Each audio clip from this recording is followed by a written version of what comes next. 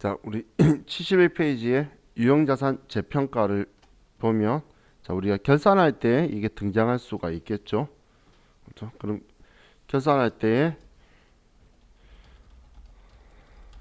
재평가를 하면, 자, 토지를 가지고 주로 나오게 될 건데, 토지의 경우에는 우리 취득원가가, 얘는 취득원가가 곧 장부가액이죠.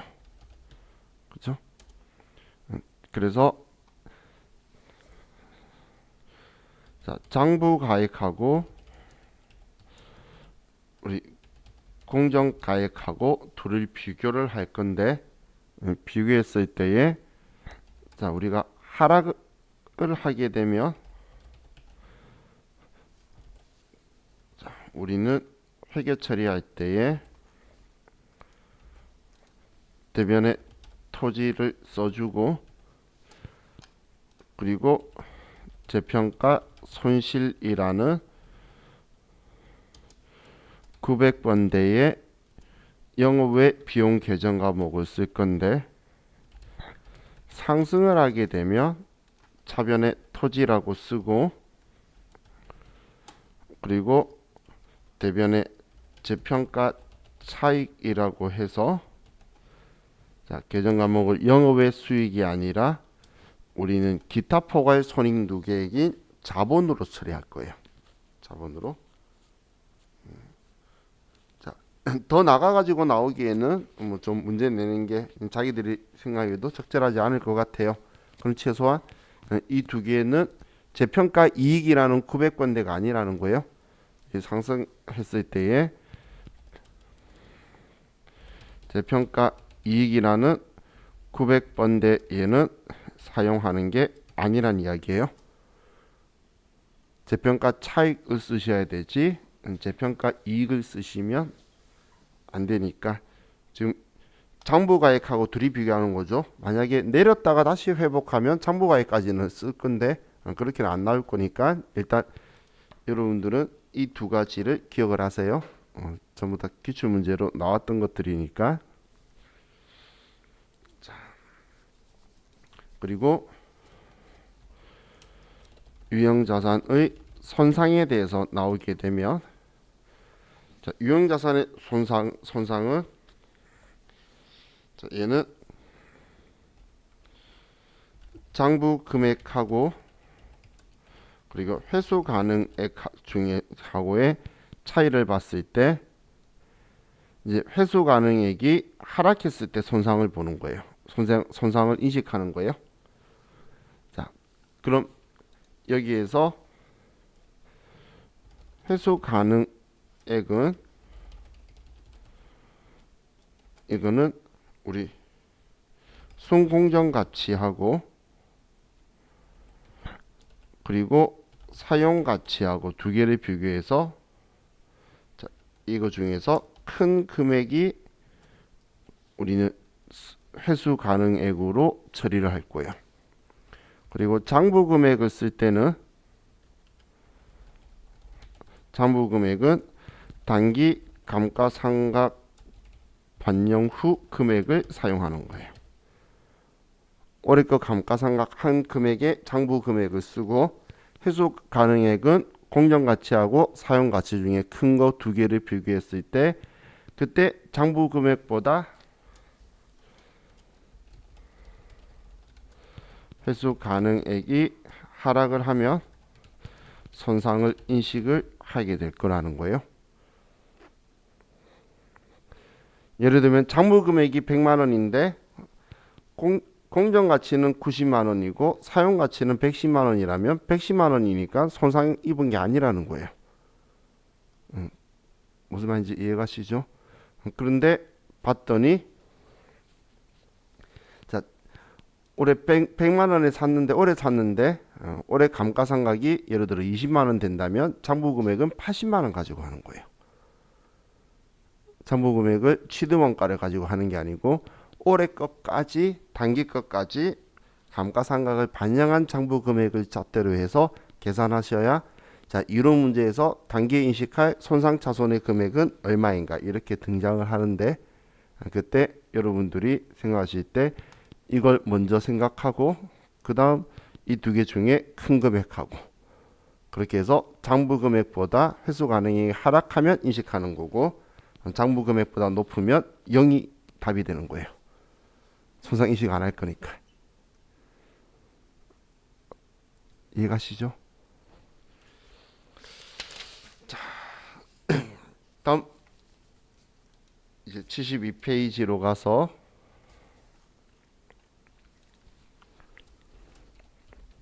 무형자산을 가지고 보면 자, 이 무형자산은 먼저 시험에서 제일 많이 이야기하는 게 우리 내부 창출한 영업권은 자산으로 인식하지 않는다는 거예요. 무형자산을 인식 안 한다가 아니라 그랬어요. 영업권을 내부 창출한 영업권을 인식을 안 하는 거다라는 거예요. 자, 그리고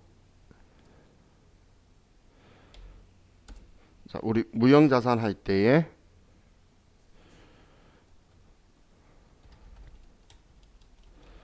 자산의 인식 요건을 완전히 충족 시에만 우리가 인식할 거예요. 그럼 다른 말로 하면 우리가 인식 요건을 완전히 충족을 못하거나 아니면 정확하게 구분을 못하면 이전은 전부 다 비용으로 인식을 할 거라는 거예요. 이 예를 드는 게 이거의 얘가 얘는 개발비를 쓰느냐 아니면 연구비 경상 연구 개발비 이런 것들이 비용 계정 과목이죠.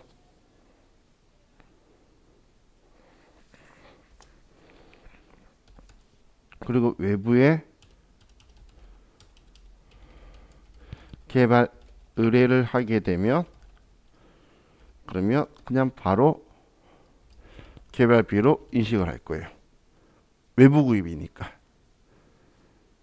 어디 대학에 연구 개발을 의뢰하다 라고 하면 바로 개발비라고 쓰라는 이야기예요.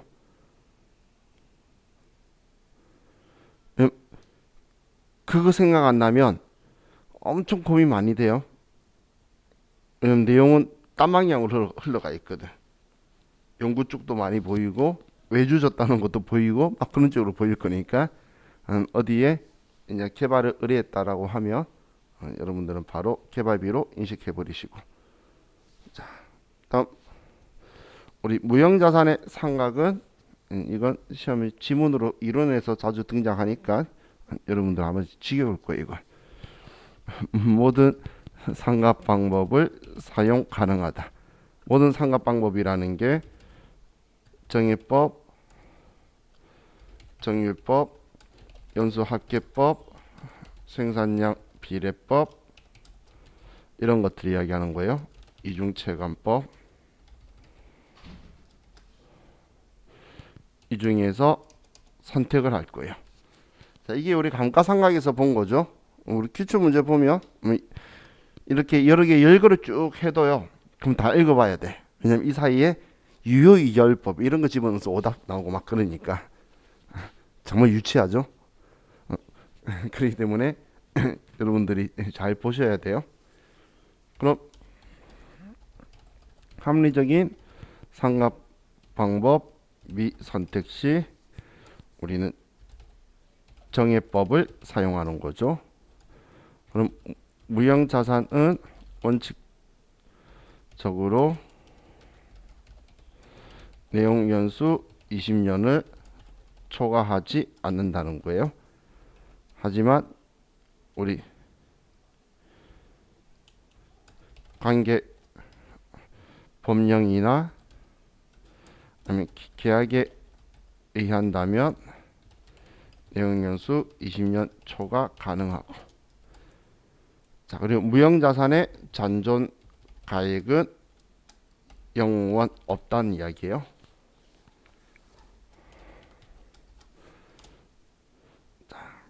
그리고 무형자산은 관습적으로 직접법으로 생각한다는 거죠. 직접법으로. 자, 그렇기 때문에 무형자산 상각비 계산을 할 때 우리 장부가액을 주면 이걸 잔존 내용 연수로 나누시고 취득가액을 주면 총 내용 연수로 여러분들이 나누셔야 돼요. 시험에는 정액법으로 나올 거예요. 정액법으로 나올 거기 때문에 그러면 장부가액을 주면 이미 상각을 한 금액이 있을 거기 때문에 그러면 지금 올해 하려고 하는 거니까 올해 이전에 상각한 내용 연수만큼을 줄인 내용 연수로 여러분들이 계산을 하셔야 된다는 이야기예요. 그런데 뭐 취득가액을 주면 전체 가지고 나눠버리면 되겠죠. 그래서 얘도 이렇게 계산만 하시면 여러분들 특이점이 없으실 거예요. 자, 다음 우리 교재 순서대로 그냥 가게 82페이지로 가셔서 82페이지. 자, 우리 자본으로 가보면 자, 자본금으로 분류되는 건 보통주 자본금, 우선주 자본금 이렇게 둘로 나누고 있고 여러분들이 분개하면서 자본금이라고 썼던 계정 과목은 보통주 자본금을 여러분들이 자본금이라고 이렇게 썼던 거예요. 자, 그럼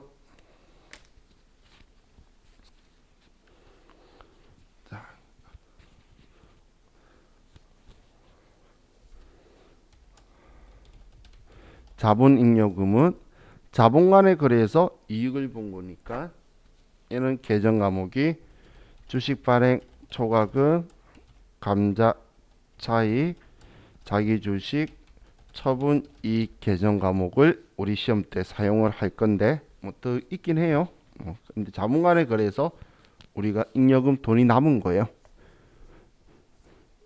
자, 그럼 얘네들은 주식 발행 초과금은 그냥 같이 합쳐서 표현을 할 수는 없고 그럼 감자 차익, 자기주식 처분 이익은 얘는 그냥 합쳐서 기타 자본 잉여금이라고도 표현할 수 있어요. 보여줄 때는. 자, 그럼 자본 조정이라는 분류가 있는데 이 자본 조정은 우리는 자본 거래에서 자본금과 자본 잉여금으로 분류되지 않는 것들을 자본 조정으로 분류를 하고 있는데 그럼 이 자본 조정 계정 과목으로는 자기 주식, 주식 할인 발행 차금, 감자 차손, 자기 주식 처분 손실 이런 계정 과목들을 쓸 거고 이거 말고도 우리는 분개하면서 쓰는 게 위교부 주식 배당금 글로 등장 한 번씩 하는 게 배당 건설 이자 이런 것들을 여러분들이 이건 글로 보게 될 거고 그 외에는 우리 얘는 직접 분개하면서 여러분들이 만나게 되겠죠. 자, 그럼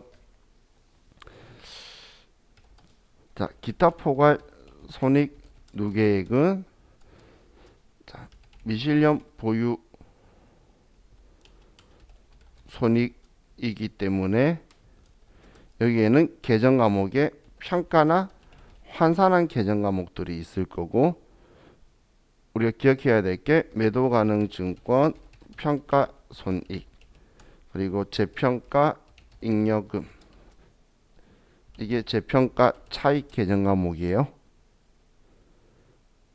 잉여금하고 차익하고 그 외에는 뭐 해외 사업 환산 손익이다 이런 것들이 있을 거예요.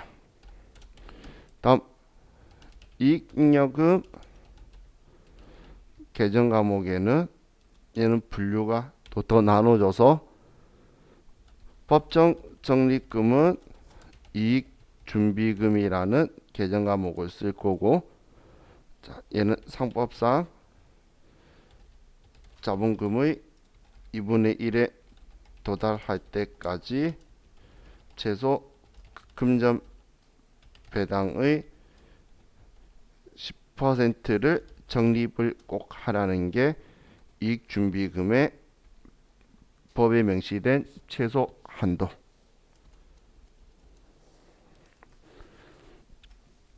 그럼 기타 법정 적립금은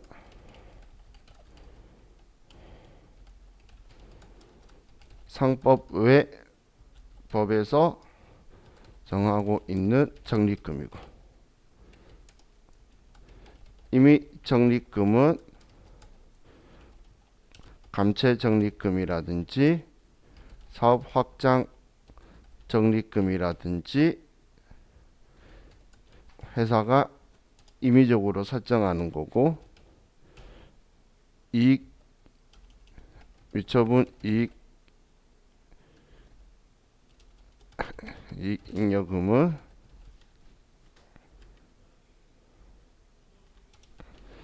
얘는 2월 이익잉여금이라는 계정 과목도 쓰고, 사실 분류되어 있는 건 중간 배당금도 여기에 분류되어 있는 계정 과목이에요. 그럼 이 2월 이익잉여금이라는 계정 과목이 배당 가능 이익이라고 보자라고 했죠.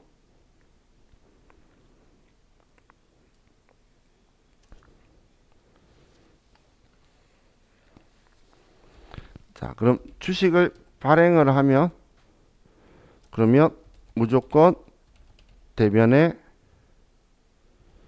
자본금 계정 과목 그리고 액면가를 쓰는 거예요. 액면가는 주식수 곱하기 액면가. 자, 전에 제가 엄청 많이 이야기했었죠. 얘는 무조건 주식수 곱하기 액면가를 쓴다.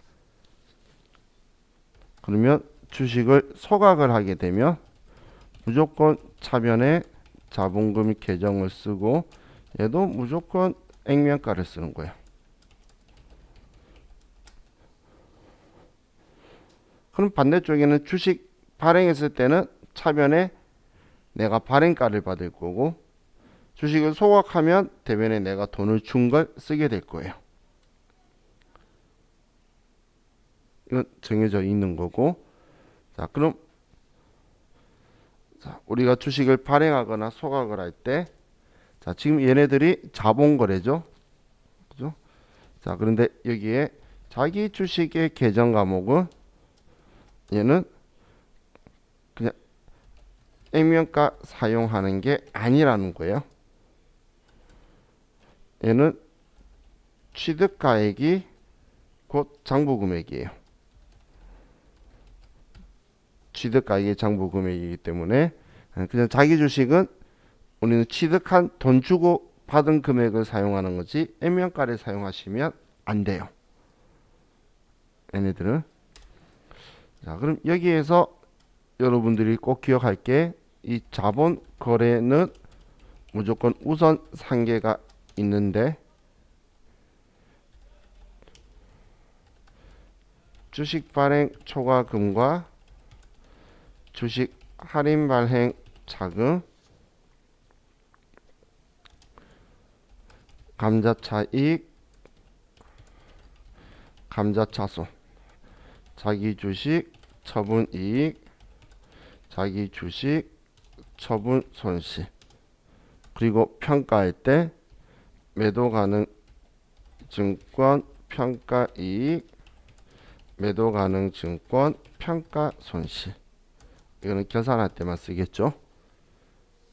얘네들도 무조건 우선 상계해야 된다라는 걸 까먹으시면 안 돼요. 얘네들은 무조건 우선 상계를 해야 된다.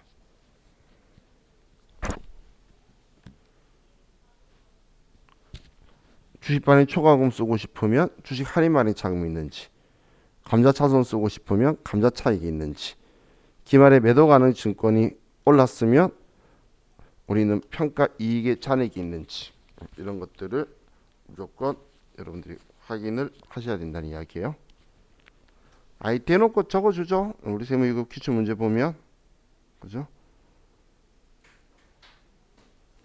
자, 그럼 우리가 주식 발행하고 할 때는 소각하고 할 때는 이렇게 하는데 자 여러분들이 주의하실 게 자기 주식의 소각은 얘는 감자 거래예요. 자기 주식의 소각은 감자 거래예요. 자, 예를 들어서 액면가가 1,000원인 주식 1,000주를 감자를 하는데 근데 이게 우리 장부에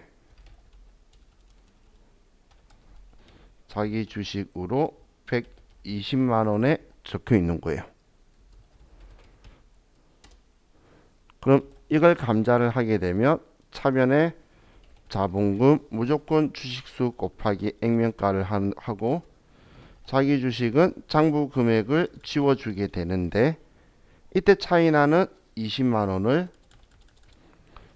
여러분들은 감자 차손이라고 감자 차익이 없다면 감자 차손이라고 써줘야 된다는 거예요. 이걸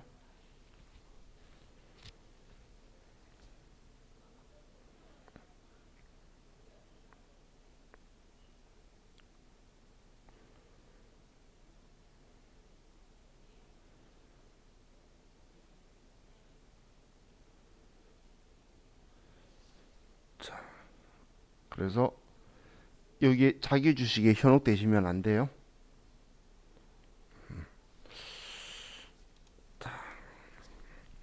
그럼 이번엔 결의일날 우리 배당하는 회사 우리가 배당을 하는 입장에서 결의일날 회계 처리는 차변에 2월 이익잉여금이고 대변에는 미지급 배당금 얘는 현금 배당이고 주식 배당은 미교부 주식 배당금을 쓸 거고 이익준비금은 일반적으로 현금 배당의 10%를 시킬 거예요. %. 자, 그럼 여기에서 미지급 배당금의 성격은 부채고 미교부 주식 배당금 성격은 우린 자본인 자본 조정이라는 거예요. 그렇기 때문에 자 분계도 이렇게 여러분들이 하실 수 있으면 좋은데 자 여기에서 그러면 현금 배당은 자본의 감소를 일으키는데 주식 배당은 자본의 감소를 일으키지 않는다는 거예요. 왜냐하면 얘는 무상 증자가 결과적으로 도출이 되죠. 무상 증자는 총 자본이 불변이라고 했었죠. 그죠?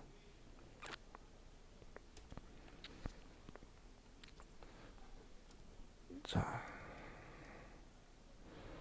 그럼 결의일날 배당 받는 회사에서는 현금 배당이면 차변에 뭐 지금 돈 준 거 아니니까 미수금이다 얼마 대변에 배당금 수익이다라고 해서 영업외 수익으로 처리를 하고 그리고 현금 배당의 아니 주식 배당의 경우에는 이때는 회계 처리를 하지 않는다라는 거예요.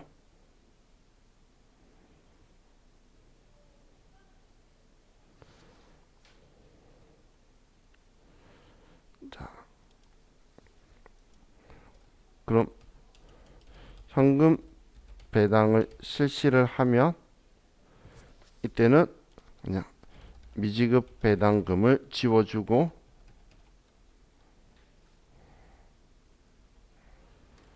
그리고 대변에 현금이다라고 해서 줄일 건데 실수를 실시하면 그럼 주식 배당을 실시를 하면 주식은 발행해서 주는 거라 그랬죠. 그래서 대변에 자본금 액면가일 거고 차변에 위교부 주식 배당금 얘도 액면가가 당연히 들어올 거예요.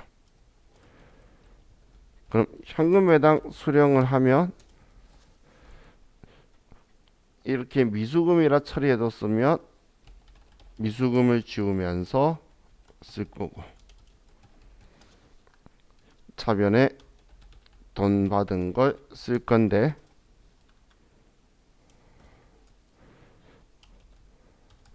주식 배당 수령했을 때도 회계 처리를 하지 않는다는 거예요.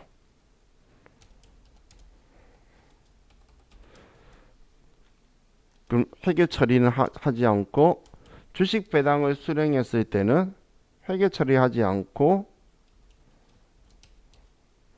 하지만 수령한 주식 수는 증가시키고 그렇기 때문에 우리는 주식의 단위당 단가를 새로 산정한다는 거예요.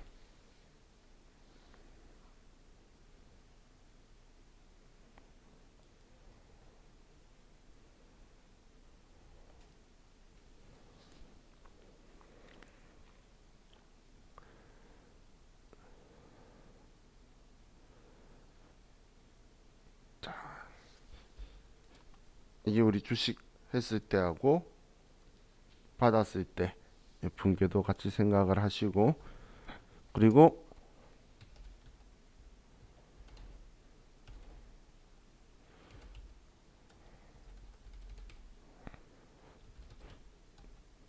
자, 무상증자는 총 자본이 불변이다라는 것도 같이 기억을 해주세요.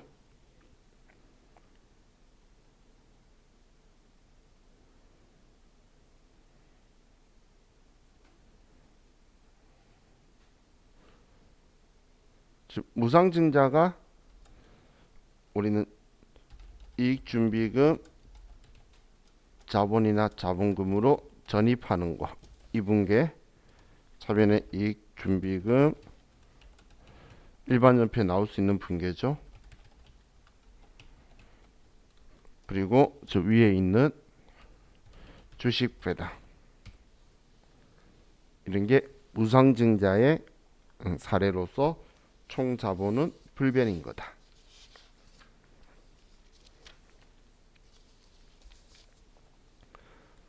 자, 다음 92페이지로 가서 자, 사채를 가지고 보면 자, 사채는 액면 발행은 액면 이자율과 시장 이자율이 일치한 경우 자, 항상 액면이 우리 거예요. 발행하는 액면이 우리 건데 그러면 할인 발행의 경우에는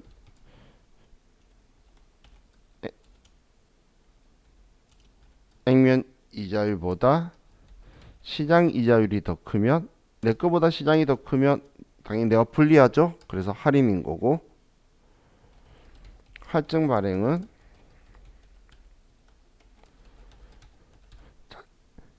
액면 이자율이 더 큰 경우죠. 그죠? 지금 분계를 친다면 이렇게 나온다는 거예요. 액면 발행은 분계가 사채 얼마 차변에 현금 얼마 끝이고 얘는 사채 얼마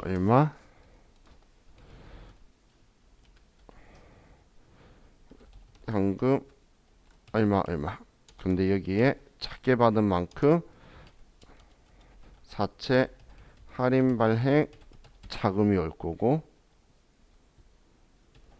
얘는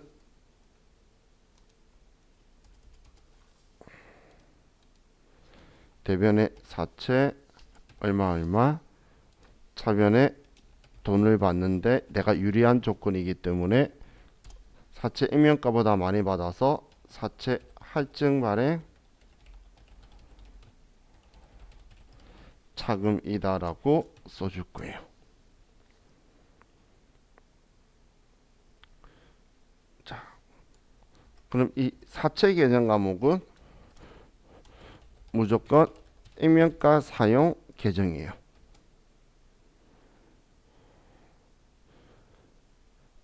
왜냐면 내가 돈 빌려오는 거라 그랬죠.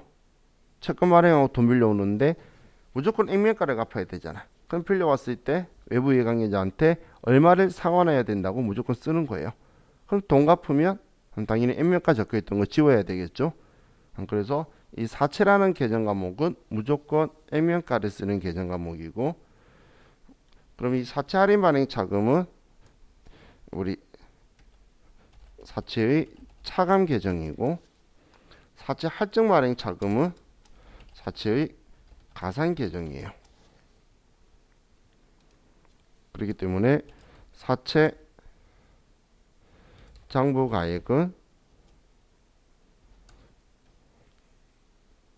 사채 액면 가액 빼기 사채 할인 발행 자금을 하거나 사채 액면 가액 더하기 사채 할증 발행 자금을 하거나, 이게 사채의 장부 금액이다라고 보시면 돼요.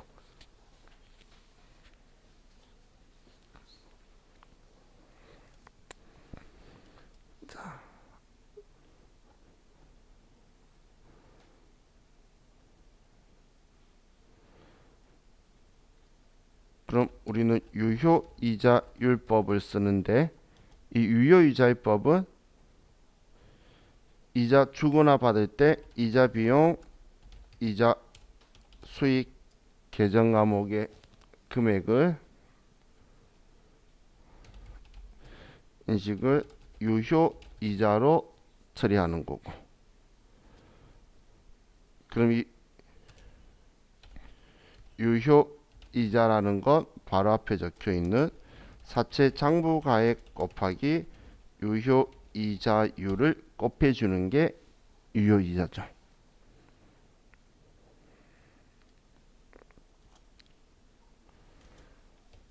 그럼 할인 발행 이자 지급 시 차변의 이자 비용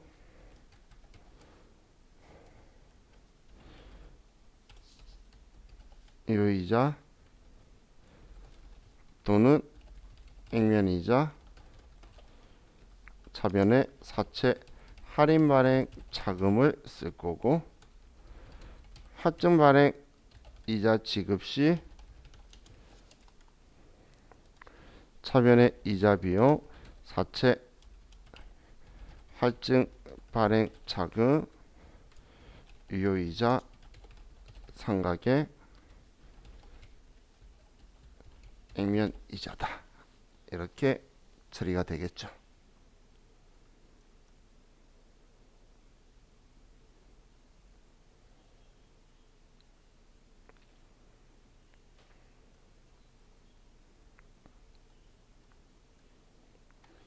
자, 이거하고 이거 여러분들 결산 문제 저와 같이 풀면서 만나게 될 거예요. 이거는 우리 만난 적 있죠, 우리 책에서는. 그죠? 근데 이 사이에 저하고 기출 문제 풀 때 또 얘도 또 만날 거예요. 그러면 여러분들이 좀 기억을 해 두시면 편하겠죠.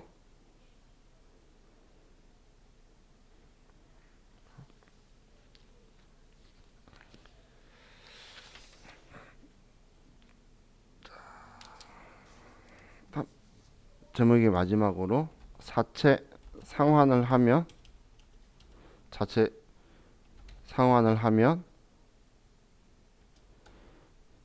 사채 액면가를 차변에 쓰고, 그리고 사채 할인 할증 발행 자금도 있으면 잔액을 제거를 하는데, 사채 일부 상환을 하게 되면, 그러면 사채 액면가 상환 비율만큼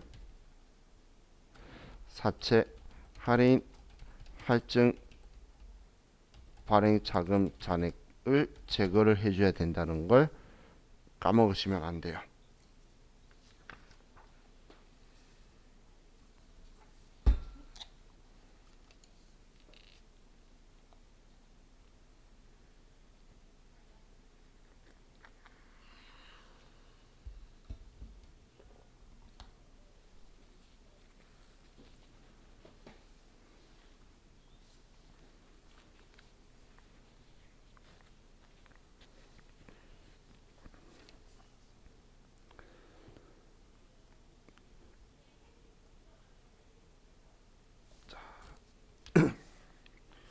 이렇게 하면 이제 얘는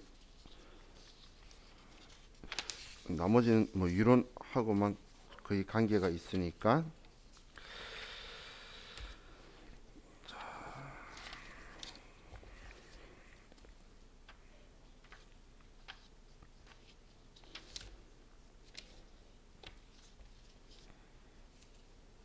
이제 여러분들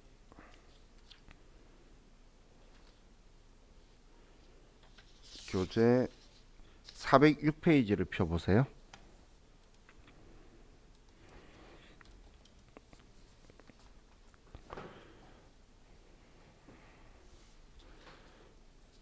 그럼 부가가치세 신고서 있죠? 자, 그럼 부가가치세 신고서를 기준으로 해서 우리 과세 유형들 볼 테니까, 여러분 신고서에 적혀 있는 것 있잖아. 아니면 컴퓨터에 뭐 신고서 열어놓고 한번 보시면, 자, 우리 1번 칸은 우리 지금 부가가치 신고서 번호예요. 1번 칸은 세금계산서 발급한 거죠, 과세로. 그래서 1번 칸에 가고 싶으면 11번 매출 과세를 쓰는 거고, 1번 칸에 가고 싶으면 2번 칸은 우리 쓸 거 아니죠.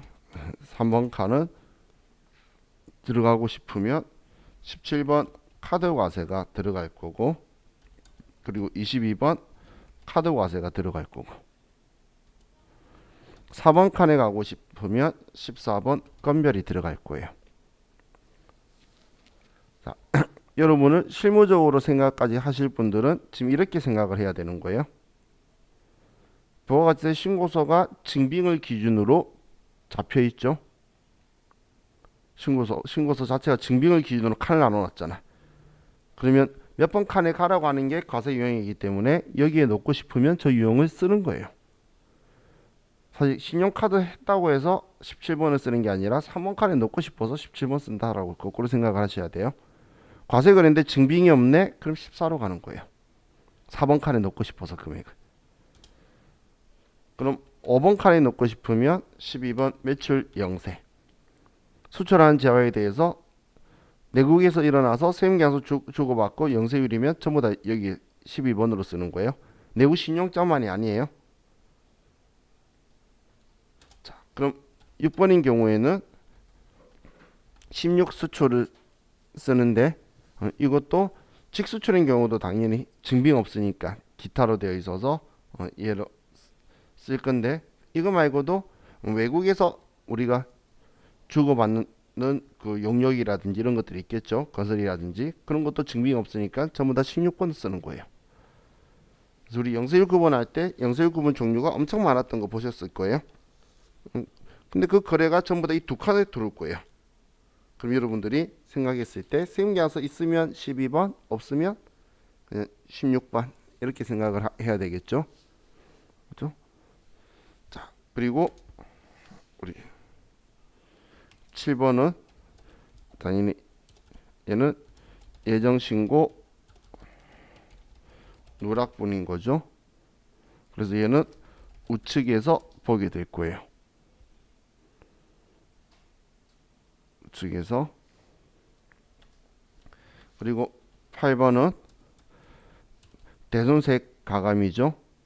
그래서 대손이 발생을 해서 대손색 공제를 우리가 받으면 부호가 마이너스. 대손세액을 회수를 하게 되면 플러스로 금액을 쓸 거예요. 대손금의 110분의 10. 대손금의 110분의 10이라는 건 여러분들은 대손금 가지고 계산하실 때 금액을 주면 대손금 나누기 12를 하시면 대손세액이 나올 거예요.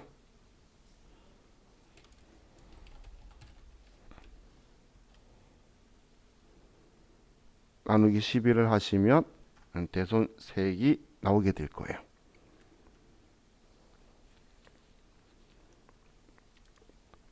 자,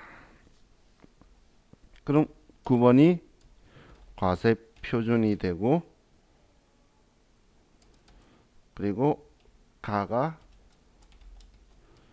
매출세액이 될 거고, 이 매출세액의 계정 과목이 부가세 예수금 계정 과목이죠.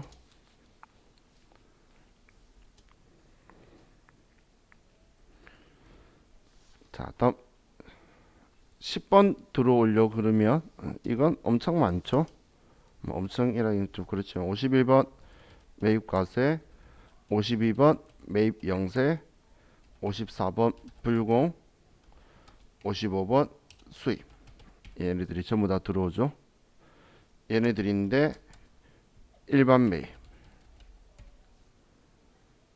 일반 매입이라는 건 다른 말로 하면 고정자산 외. 그럼 11번은 뭐야 똑같겠죠. 똑같은데 얘는 고정자산만. 그럼 공제되든 안 되든 전부 다 여기에 들어올 건데, 자, 얘네들에서 보시면 과세하고 수입 같은 경우는 우리 부가가치세가 그냥 그대로 들어가서 매입세 공제 받겠다는 거죠.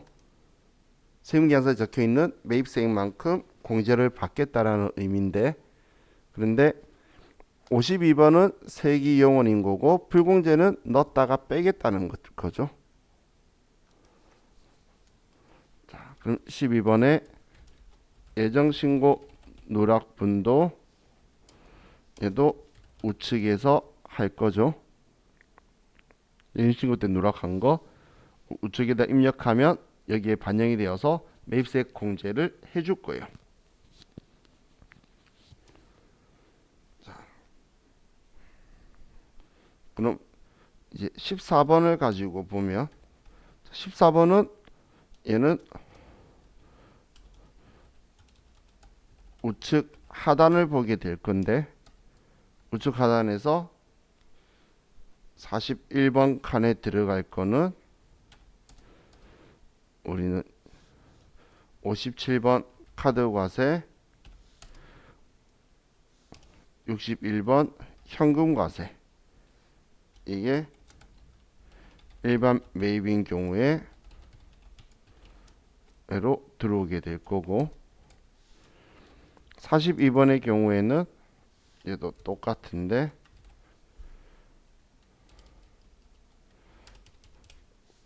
고정자산인 경우에 들어오겠죠. 그렇죠? 그리고 43번은 의제 매입세이기 때문에 여기에 들어오는 수 있는 유형은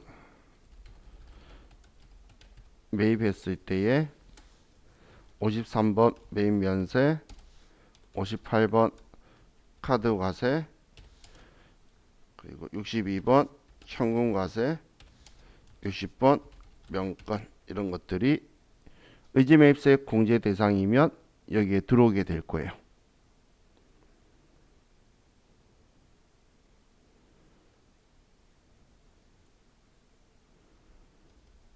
그럼 여기에서는 금액하는 의제매입세 공제 대상 매입액을 쓰는 거고, 세액은 우리 이 의제매입세 공제 대상 매입액 곱하기 공제율 한 금액들 있죠. 우리 공제율 공부했던 거 104분의 4나 106분의 6, 그 곱한 금액을 쓰게 될 거예요. 자, 그럼 44번은 재활용 폐자원 세액 공제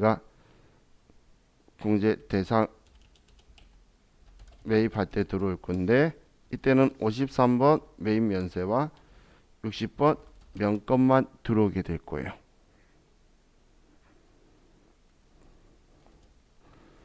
그럼 여기도 금액은 재활용 폐자원 세액 공제 대상 매입액을 쓸 거고, 세액은 재활용 폐자원 세액 공제 대상 매입액 곱하기 공제율을 써줄 거예요.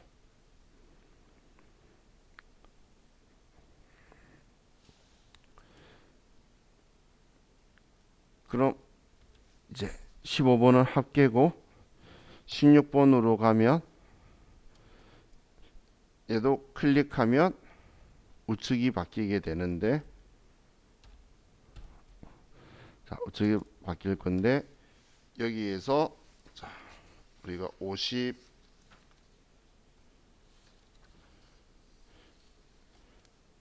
50번이었죠. 자, 그러면 여기엔 50번은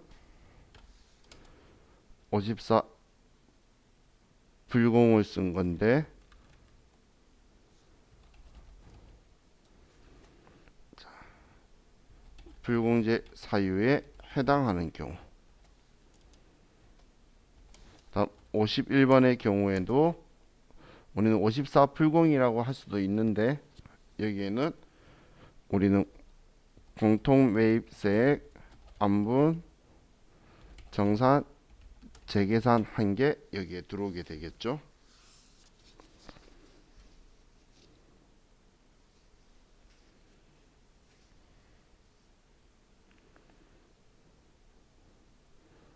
그럼 이걸 빼주면 자, 우리 17번에 나가 나오는데, 얘가 공제되는 매입세액이고, 이거의 계정 과목이 부가세 대급금이죠.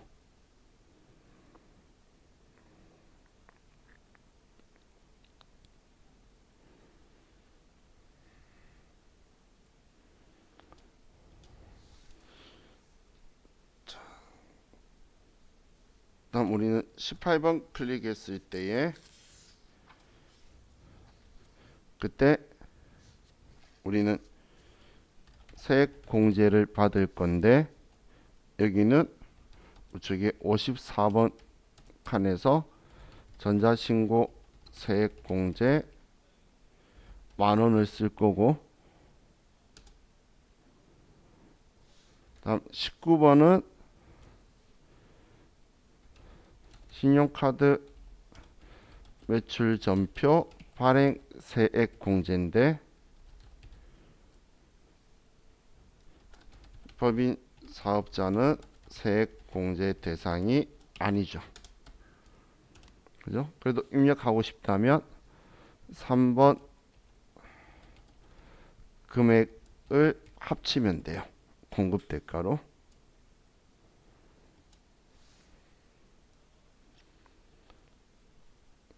다음 우리는 21번에 예정신고 미환급 세액을 써주면 될 거고,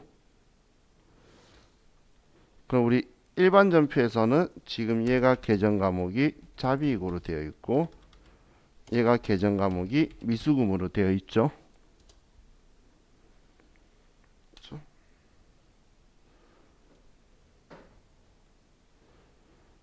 그리고 이제 우리는 26번에서 가산세를 할 건데, 그러니까 가산세는 이 다음 시간에 볼 거고, 얘를 세금과 공과라고 할 거고. 그럼 27번에 여기가 차가감 납부세액인데, 얘 계정 과목이 플러스면 미지급세금, 마이너스면 미수금 환급금이 되는 거예요. 지금 얘가 납부세액이고 얘가 환급세액을 이야기하는 거죠.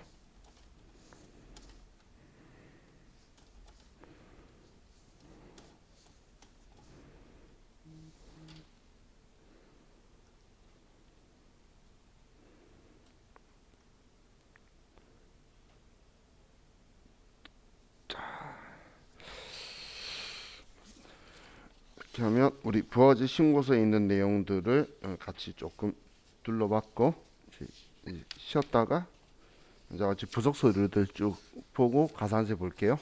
쉬었다 합시다.